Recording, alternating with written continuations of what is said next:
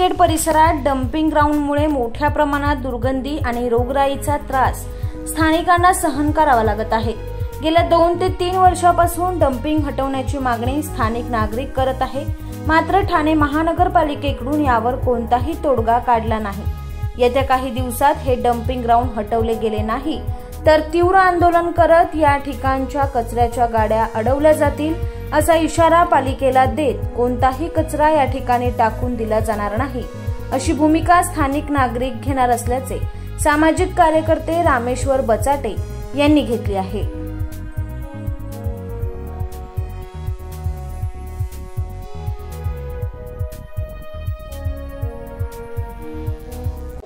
कोर्टात एक पिटिशन दाखल केली आहे, काय नेमकं तुम्हाला उत्तर मिळतंय आणि कधी हा निर्णय लागणार? माझं नाव रामेश्वर भीमराव बचाटे। या ठिकाणी मी 2021 पासून या ठिकाणचं डम्पिंग हटलं पाहिजे आम्ही अशी मागणी करतोय, स्थानिक नागरिकांच्या वतीने मागणी करतोय। परंतु या महानगरपालिकेच्या अधिकाऱ्यांनी आम्हाला फक्त अशी निवेदन अशी उत्तर दिलेली आहेत, उडवाउडवीची उत्तर दिलेली आहेत की आम्ही दुसऱ्या ठिकाणी जागा शोधतोय, ती जागा जोपर्यंत मिळत नाही तोपर्यंत हे डम्पिंग इथेच राहील असं आमच्याकडे पत्र आहे त्यांची।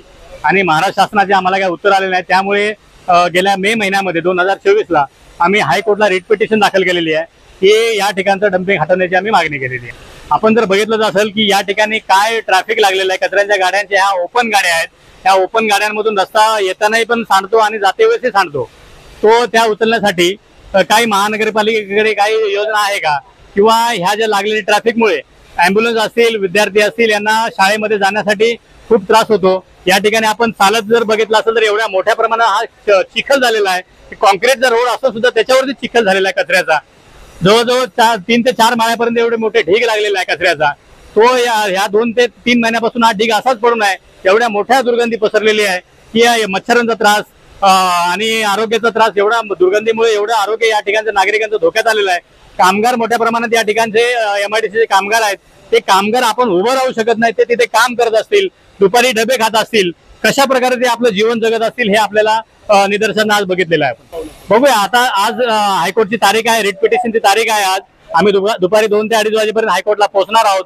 बघू कोर्ट काय निर्णय देते, याच्यावरती आपण पुढचं पाऊल आम्ही आंदोलनाचा मोठ्या प्रमाणात जन आंदोलन आणि सह्यांच्या मोहिमेच्या माध्यमातून इथे एकही गाडी आतमध्ये जाऊ देणार नाही असं मोठं आंदोलन आम्ही उभं करतोय।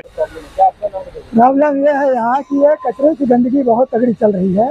यहाँ डेंगू, मच्छर जो भी है सारी बीमारियां यहाँ पैदा हो रही हैं और कितने लोग परेशान हैं कि दवा खाना जाते जाते वो लोग की हालत खराब हो गई। जो कि CM साहब यही है, CM इधर ही है, उसके बारे में उनको ध्यान देना चाहिए ना कि जनता किस लिए है इसको रोका गया, क्यों बस्ती यहाँ बैठी है, इसका तो रक्षा करना चाहिए ना। तुम दूर दूर रक्षा करोगे लेकिन यहाँ कौन करेगा, तुम्हारी एरिया है ना भाई, इसके बारे में विचार करना चाहिए ना उनको।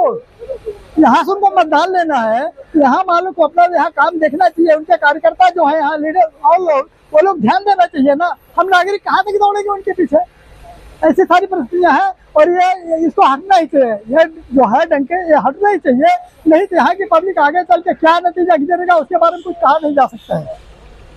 मे महिन्यामध्ये जवळजवळ इथून अर्धा किलोमीटरवरती 22 नंबर सर्कल आहे, त्या ठिकाणी या महाराष्ट्र शासनाच्या वतीने आणि मुख्यमंत्र्यांच्या वतीने सकाळी 6 वाजता डीप क्लिनिंगचा एक मोठा इव्हेंट त्यांनी गाजवला होता। परंतु या अर्ध्या किलोमीटरवरतीच हे डम्पिंग ग्राउंड आहे। या ठिकाणी इथे शहरातला मोठा कचरा उपस्थित होतो, जमा होतो, या ठिकाणी एवढ्या लाईन लागलेल्या असतात, ट्रॅफिक जाम होतो। परंतु या ठिकाणी माननीय मुख्यमंत्र्यांनी मी असं आपल्या माध्यमातून त्यांच्या निदर्शनास आणू इच्छितो की आपण जातीने ते लक्ष घालून आमच्या या कोपरी 5 पकाडी विधानसभेतल्या लोकांना, मतदारांना आपण चांगलं जीवन जगण्याचा अधिकार, चांगला आरोग्याचं जगण्याचा अधिकार त्यांनी द्यावा आणि हे इथून डम्पिंग हटवून दुसऱ्या ठिकाणी इतरत्र हलवून आम्हाला स्वच्छ आणि चांगल्या हवेचं आणि जगण्याचा अधिकार द्यावा।